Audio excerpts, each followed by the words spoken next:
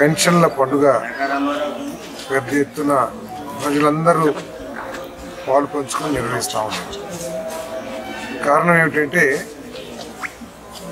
ఏదైతే చంద్రబాబు నాయుడు గారు, పవన్ కళ్యాణ్ గారు, మోడీ గారు అందరూ కలిసి ఏదైతే ఈ రాష్ట్ర ప్రజలకు హామీ ఇచ్చారో, మేము జూలై నుంచి పెన్షన్లు 3,000 నుంచి 4,000 రూపాయలు ఒక కేటగిరీకి, అంగవైకల్యం ఉన్న వారికి 3,000 నుంచి 6,000 ఒక కేటగిరీ, ఇంకా తీవ్ర అంగవైకల్యం ఉన్న వారికి 5,000 నుంచి 15,000, కొంత తీవ్రమైన ఆరోగ్య సమస్యలు ఉన్న వారికి 5,000 నుంచి 10,000 రూపాయలు. ఈ విధంగా 65,18,000 మందికి 4,408 కోట్ల రూపాయలు ఈరోజు పెన్షన్లు పంచబడతామని రాష్ట్ర వ్యాప్తంగా. గత ప్రభుత్వం 1,000 రూపాయలు పెంచడానికి 5 సంవత్సరాలు తీసుకుంటే, ఈ ప్రభుత్వం 1,000 రూపాయలు పెంచడానికి అధికారంలోకి రాకముందే దానికి బీజం వేసి పదే స్వీకారం చేసిన 15 రోజులకే మరి 3,000 నుంచి 1,000 రూపాయలు, అదేవిధంగా బకాయిలతో సహా 7,000 రూపాయలు ఇచ్చే కార్యక్రమం చేస్తున్న విషయాన్ని ప్రజలు కూడా గమనించాలని చెప్పేసి చేస్తాను. ఇది చంద్రబాబు నాయుడు గారు, పవన్ కళ్యాణ్ గారు నిబద్ధత. ఈరోజు రాష్ట్రం తీవ్ర ఇబ్బందుల్లో ఉంది, ఆర్థికంగా పూర్తిగా కుదేలైపోయి ఉంది. ఏది చేయాలన్నా కూడా అప్పు తీసుకురావాల్సిన పరిస్థితుల్లో ఈ రాష్ట్ర ఆర్థిక పరిస్థితులను దిగదార్చారు. అన్ని ఆస్తులను తాకట్టు పెట్టడమే కాకుండా ఎన్నికల్లో చెప్పినట్టు రాబోయే 20 సంవత్సరాలు వచ్చే ఆదాయాన్ని కూడా తాకట్టు పెట్టి అప్పు తీసుకొచ్చిన ఘనత ఈ ఆంధ్రప్రదేశ్లోనే ఉంటుందేమో అని చెప్పేసి భావిస్తాను. మరి ఇటువంటి పరిస్థితుల్లో వెనకడుగు వేయకోకుండా ఏదైతే హామీ ఇచ్చామో ఆ హామీని నిలబెట్టుకోవాలి. ప్రజలకి ఈ ఆర్థిక అసమానతను తొలగించడానికి ఈ ప్రభుత్వం పాటుపడాలనే లక్ష్యంతో మరి చంద్రబాబు నాయుడు గారు, పవన్ కళ్యాణ్ గారు కష్టపడుతున్న విషయాన్ని నేను కూడా మీ దృష్టికి తీసుకొస్తా ఉన్నాను. ఈరోజు అభివృద్ధి చేయాలంటే నిధులు లేవు.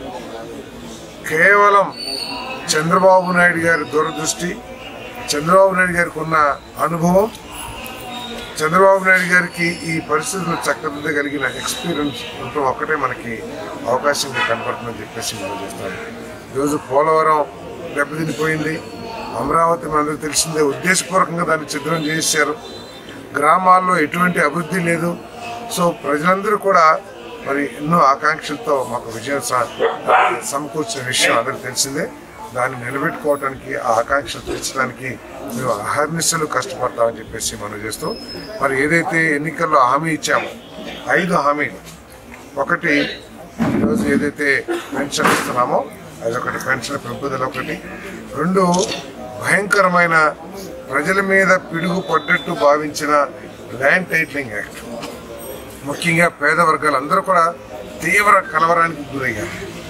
ఏమైపోతుంది, మేము తినక కష్టపడి కూడబెట్టిన సముద్రం కొనుక్కున్న ఆస్తి ఏమైపోతుంది అని ఒక భయం వారిలో కంపించిందని చెప్పేసి మనం చేస్తాను. మరి అటువంటి చట్టాన్ని పూర్తిగా రిపీల్ తీసేసి ఎటువంటి భయం లేకోకుండా ప్రజలకు భరోసా కల్పించడం కూడా మొట్టమొదటి సంతకంలో ఒక భాగం అని చెప్పేసి మనం చేస్తాను.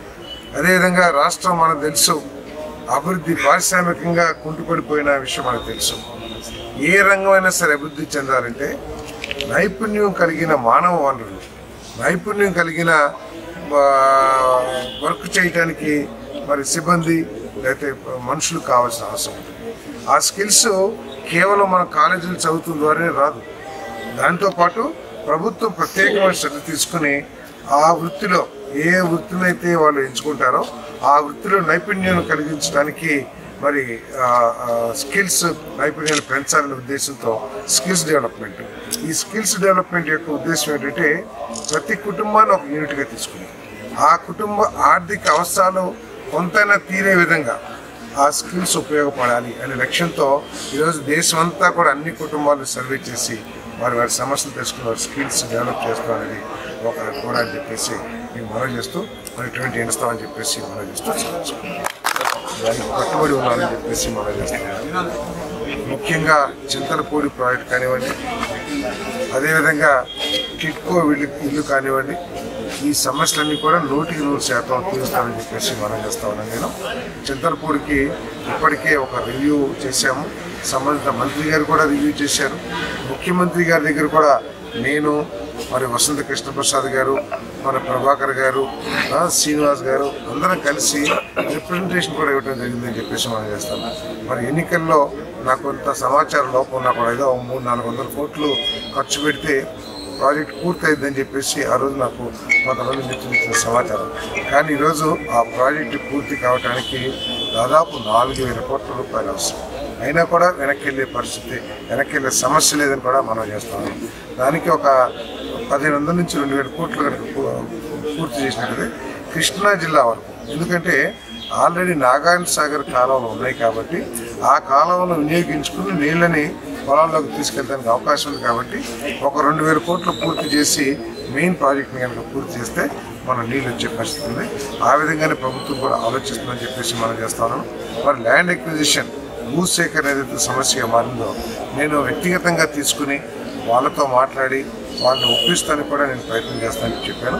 అదేవిధంగా ఏదైతే ఈ ప్రాజెక్టుకి కొంత అమౌంట్ ఇంతకు ముందు నుంచే కేటాయించబడి ఉందో డిపార్ట్మెంట్ దగ్గర, ముందు ఆ డబ్బుని భూసేకరణకు వినియోగించడానికి అవకాశం ఉంటుందేమో కూడా పరిశీలించమని చెప్పేసి చెప్పడం జరిగింది. అదేవిధంగా నేషనల్ హైవేస్ వారితో మన డిపార్ట్మెంట్కి చిన్న వివాదం ఉంది. వారు స్ట్రక్చర్ కట్టాలా లేకపోతే మన స్ట్రక్చర్ కట్టాలని చెప్పేసి ఆ వివాదం కూడా నేషనల్ హైవే వారితో మాట్లాడి కొంత పరిష్కరింపజేశాను. ఎందుకంటే నేషనల్ హైవే అథారిటీ వారిని, అదేవిధంగా మన సంబంధించిన డిపార్ట్మెంట్ వారిని మన ఏలూరు కలెక్టర్ దగ్గర మీటింగ్ ఒకటి ఏర్పాటు చేసి ఒక ఆమోదయోగ్యమైన ఒక దీనికి వచ్చే నిర్ణయాన్ని కూడా వచ్చామని చెప్పేసి మనం చూస్తూ ఇవన్నీ కూడా అడ్డంకులను తొలగించుకుంటూ తప్పకుండా నేను ప్రతిరోజు అవకాశం వచ్చినప్పుడల్లా, కలిసినప్పుడల్లా నేను ఇరిగేషన్ మంత్రి గారికి కానీ, ముఖ్యమంత్రి గారికి కానీ, లోకేష్ గారికి కానీ, అదేవిధంగా ప్రిన్సిపల్ సెక్రటరీ గారితో కూడా మాట్లాడాను. ఈ సంవత్సరం ఎట్టి పరిస్థితుల్లో మాకు కేటాయింపులు ఉండాల్సిందే, తప్పకుండా 1-2 సంవత్సరాలు మనం పూర్తి చేయాలని చెప్పి చెప్పారు. అంతేకాకుండా మరి ప్రభుత్వం కూడా శ్వేతపత్రం ఇరిగేషన్ డిపార్ట్మెంట్స్ మీద, అదేవిధంగా మున్సిపల్ శాఖ మీద, వీటన్నిటి మీద కూడా శ్వేతపత్రం ఈ 10-15 రోజుల్లో రిలీజ్ చేసిన తర్వాత తప్పకుండా కార్యాచరణకి ముందుకు ఏ విధంగా వెళ్ళాలని దాని మీద ప్రభుత్వం చర్యలు తీసుకుంటుంది. ఏదైతే నేను హామీ ఇచ్చానో ప్రతి ఊరిలో ఎన్నికల హామీలో మరి అది తప్పకుండా నిలబెట్టుకుంటానని చెప్పేసి కూడా ఈ సందర్భంగా తెలియజేస్తూ మరి నన్ను ఆశీర్వదించిన ప్రతి ఒక్కళ్ళ పాదాలకి నేను నమస్కరిస్తూ